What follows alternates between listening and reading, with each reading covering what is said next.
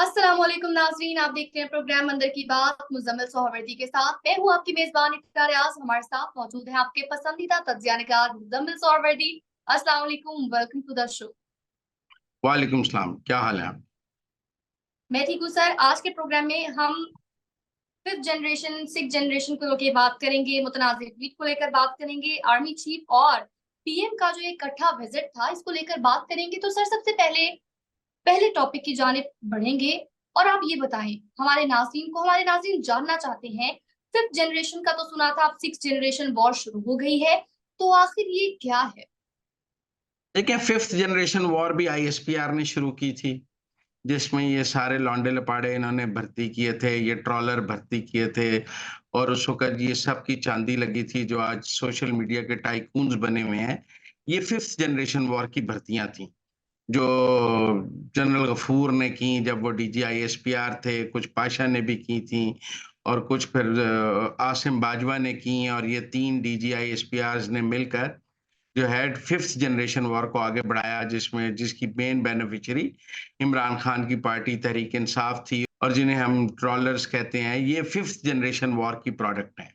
इन सबको fifth generation war के तहत रियासत ने इनको बनाया, रियासत ने इनको बढ़ाया, रियासत ने इनकी परवरिश की और रियासत ने ये फिफ्थ जनरेशन वॉर में ये सारे जिन पैदा किए। अब ये जिन सारे रियासत को ही पड़ गए, जिसने रियासत ने इनको बनाया था, आईएसपीआर ने बनाया था, ये सब आईएसपीआर को ही पड़ गए। और अब आईएसपीआर के लिए यही जो जिन है, आईएसपीआर के हेडक्वार्टर में भर्ती किया गया था, जिन्हें फौज ने आपारे में भर्ती किया, जिनकी भर्तियों की सारे सर्टिफिकेट आपारे से जारी हो रहे थे, आईएसपीआर से जारी हो रहे थे, ये बाद में फौज को, आपारे को और आईएसपीआर को पड़ गए। अब फिफ्थ जनरेशन वॉर के बाद फौज ने इनके लिए अब एक सिक्स्थ जनरेशन वॉर शुरू की है। फिफ्थ जनरेशन वॉर में इनको पाला गया था, बड़ा किया गया था, जिन बनाया गया था। सिक्स्थ जनरेशन वॉर में इनकी ज़बानबंदी की जाएगी और इनको खत्म किया जाएगा। फिफ्थ में इनको टॉनिक लगा के ताकत के टीके लगाए गए थे और सिक्स्थ जनरेशन वॉर में इनको ज़हर के टीके लगाए जाएंगे।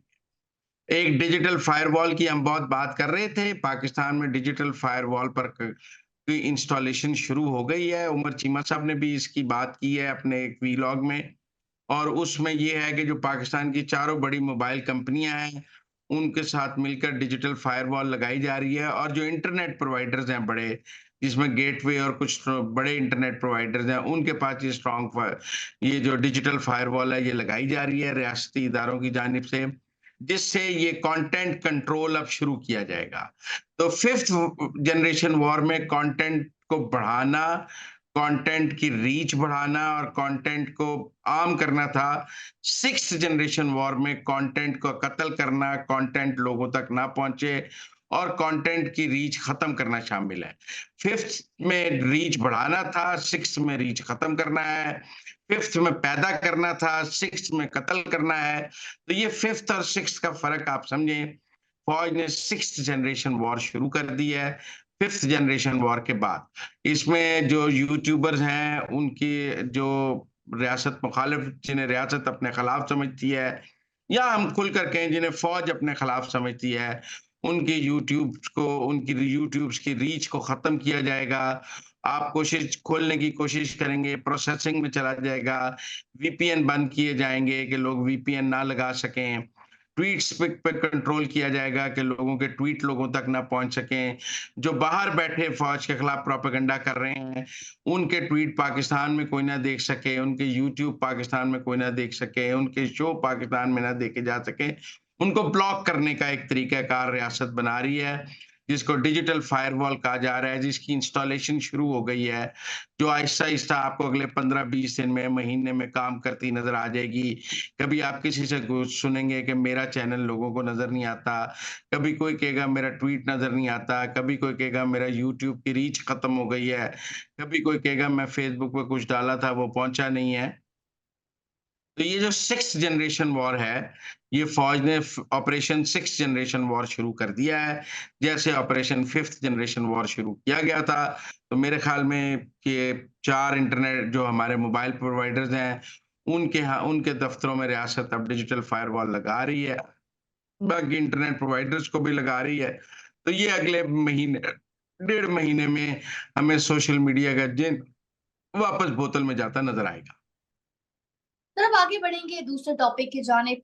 तो एफआईए ने जो मुतनाज़ ट्वीट से रिलेटेड बानी पीटीआई से अडयाला जेल में 16 सवालात किए और ट्वीट से मुतालिक जो बात की, तो बानी पीटीआई ने ट्वीट से लाताल्लुकी का इजहार कर दिया कि मैंने तो ये ट्वीट नहीं देखी। क्या ये यूटर्न है? देखिए, उन्होंने ट्वीट से लाताल्लुकी तो नहीं किया, वीडियो से लाताल्लुकी का ऐलान किया है। मेरे ख्याल में उनके वकील ने उनको समझाया है कि जो वीडियो है, उसके ऊपर मुकदमा बनता है, ट्वीट पे मुकदमा नहीं बनता। तो अगर आप वीडियो से ऐलान लाताल्लुकी करते हैं और ट्वीट पे कायम भी रहें, तो आप बच सकते हैं और आपकी बचत का रास्ता यही है कि आप वीडियो से ऐलान लाताल्लुकी कहें कि वीडियो मुझे दिखाई गई नहीं थी। अगर मैं इसको पहले देखता तो मैं इसमें कुछ तब्दीलियाँ करा देता। अब वो कुछ तब्दीलियों को वो वाज़ेह तो नहीं कर रहे, लेकिन कुछ तब्दीलियों में कानूनी बचत का रास्ता तलाश किया जा रहा है कि कल को जब मामला अदालत में जाए तो आप कहें कि देखिए मैंने वीडियो अप्रूव नहीं की हुई थी। वीडियो में कुछ ऐसी बात है जिसकी मैं तब्दीली चाहता था, लेकिन ओवरऑल ट्वीट पे मैं कायम हूँ, वीडियो पे कायम नहीं हूँ। ये ऐसे ही है जैसे साइफ़र पहले उन्होंने लहराया, कहा साइफ़र पे खेलूँगा, फिर जब अदालत में बात आई तो कहा साइफ़र मेरे पास था ही नहीं, मुकर गए। ये टहरियान जैसे वो टहरियान को नहीं मानते, ये जैसे तोशाखाना की घड़ियों से वो मुकर गए। तो ये एक लीगल स्ट्रैटेजी है इमरान खान की कि बात पब्लिक कंज़म्पशन के लिए लोगों के सामने कर दी जाए, लेकिन अदालत में मुकर जाया जाए। तो आज उस वीडियो से अदालत में मुकरने की बुनियाद रखी है इमरान खान ने, ताकि वो सज़ा से बच सके। लेकिन मेरे ख़्याल में रियासत उनकी ये बात मानने के लिए तैयार नहीं है। अदालती सहूलतकारी के तहत जैसे साइफ़र से वो बचे हैं कि जी सफ़ाए मिसल पर कोई सबूत नहीं है कि साइफ़र इमरान खान को मिला। वो भाई वो जलसे में लहरा रहा था तो आप कह रहे हैं सफ़ाए मिसल पर कोई सबूत नहीं है। भाई वो जर्नलिस्टों को दिखा रहा था, आप कह रहे हैं सबूत नहीं है। इसी तरह अब जो ये मामला है वीडियो वाला, देखिए वीडियो डिलीट नहीं हुई, वीडियो पिन की गई है, वीडियो पे कायम है, लेकिन आप कानून में, अदालत में कहेंगे देखिए वीडियो मैंने पहले नहीं देखी थी, मैं वीडियो में कुछ तब्दीलियाँ करा देता। तो वीडियो की ज़िम्मेदारी मैं कबूल नहीं करता क्योंकि वीडियो में तो ये पकड़े जाएँगे कि 3 मिनट 9 सेकंड पे आपने आसिम मुनीर की फ़ोटो लगाई है और मौजूदा फ़ौजी क़यादत को और फ़ौज को बदनाम करने का आपने प्रोपेगेंडा शुरू किया है। तो आप उस वीडियो से जान छुड़ाना चाहते हैं।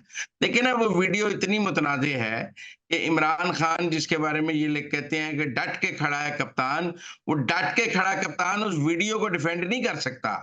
वो उस वीडियो से जान छुड़ाना चाहता है क्योंकि उसको पता है वीडियो 302 है। वीडियो तो सज़ा हो जाएगी, लिहाज़ा वकीलों ने उन्हें कहा होगा भैन वीडियो तो नहीं बनना। कहना वीडियो मैंने नहीं पता, मेरी मर्ज़ी तो बगैर हुई है, मैं इसमें चेंजेज़ करा देता। कि इमरान खान जो सियासत अवाम में करता है, कई दफ़ा अदालत में उससे मुकर जाता है और हमारे लोग तो कहते हैं कि इमरान खान को 100 खून माफ़ हैं, उसको नाजायज़ बच्चे माफ़ हैं, उसे घड़ियाँ बेचना माफ़ है, उसे तोशाखाना माफ़ है, उसे 190 मिलियन पाउंड माफ़ है, उसे इद्दत में निकाह माफ़ है, तो उसे ये ट्वीट भी माफ़ है, ये वीडियो भी माफ़ है। हमारी अदालतें उसको इस ट्वीट के से भी शायद माफ़ी दे दें। लेकिन उसने आज अपनी बचत के लिए वीडियो से माफ़ी माँगी है, ताकि कल को अदालत में मैं इस वीडियो से जान छुड़ा सकूँ क्योंकि वीडियो पे सज़ा पक्की है। सर आगे बढ़ेंगे और मेरे ख्याल में ये फिट केस है, अगर अदालती सहूलतकारी ना हो, तो इसमें सज़ा पक्की है। सर अब आगे बढ़ेंगे और बात करेंगे कुछ दौरा चीन को लेकर। तो इस मुतालिक हमारे नाजरीन आपसे जानना चाहते हैं कि आर्मी चीफ और पीएम ने ये जो इकट्ठा विजिट किया है, तो क्या उनकी कोई मैसेज दिया गया है? ये जो पिछले इन्होंने महीने से लगाया हुआ था ना कि फ़ौज तब्दीली चाहती है, फ़ौज का बड़ा मूड बदल गया है, हुकूमत की कारकर्दगी से फ़ौज मुतमिन नहीं है और फ़ौज ने तब्दीली लाने का फ़ैसला कर लिया है और शहबाज़ शरीफ और नवाज़ शरीफ के फ़ौज से इख्तिलाफ़ात शुरू हो गए हैं। ये दौरा चीन ने ना ये सारे प्रोपेगेंडे के बुरकस निकाल दिया है। दोनों इकट्ठे बैठे थे सदर शी के पास, मिलकर पाकिस्तान की बात कर रहे थे। एक पेज पे थे, पूरी दुनिया को पैगाम दिया गया है कि फ़ौज और हुकूमत एक साथ हैं, फ़ौज और हुकूमत मिलकर काम करेंगे और इस हुकूमत को आसिम मुनीर और फ़ौज की मुकम्मल हिमायत हासिल है। कोई इसमें गैप मौजूद नहीं है। ये एक बड़ा क्लियर मैसेज था इंटरनेशनल वर्ल्ड को कि पाकिस्तान की एस्टेब्लिशमेंट और पाकिस्तान की हुकूमत अब मिलकर काम कर रहे हैं। जो माज़ी की बातें थी कि एस्टेब्लिशमेंट की सोच अलग होती है और हुकूमत की सोच अलग होती है। इस सारे तासुर को चाइना में जानबूझकर इसकी नफी की गई है ताकि बड़ा क्लियर मैसेज चला जाए कि इन्वेस्टर्स को कि फौज और हुकूमत साथ हैं, लिहाजा उनकी इन्वेस्टमेंट सेफ है। वैसे दौरा बहुत कामयाब रहा है शहबाज शरीफ का, बहुत से मुआहदे हुए हैं, ईवी गाड़ियों के मुआहदे हुए हैं पाकिस्तान में आने के लिए, और बहुत से 2 लाख आईटी के नौजवानों को चाइना ट्रेनिंग देगा। 1000 हमारे ज़राअत के बच्चों जो एक्सपर्ट्स हैं उनको ट्रेनिंग देगा। तो बहुत सी ह्यूमन रिसोर्स ट्रेनिंग है, फैक्ट्रियों का पाकिस्तान आना है, इन्वेस्टमेंट आनी है। ये बहुत ही लैंडमार्क विजिट था और मैं समझता हूँ कि आसिम मुनीर और शहबाज शरीफ ने इकट्ठे जाकर चाइनीज़ को बहुत हौसला भी दिया है और चाइनीज़ को ये मैसेज भी दिया है कि हम आपके साथ हैं। ठीक हो गया। तो नाज़रीन, ये थी आज के अंदर की बातें। हमें दीजिए इजाजत, आपसे मुलाकात होगी अगले प्रोग्राम में। अल्लाह के बाद।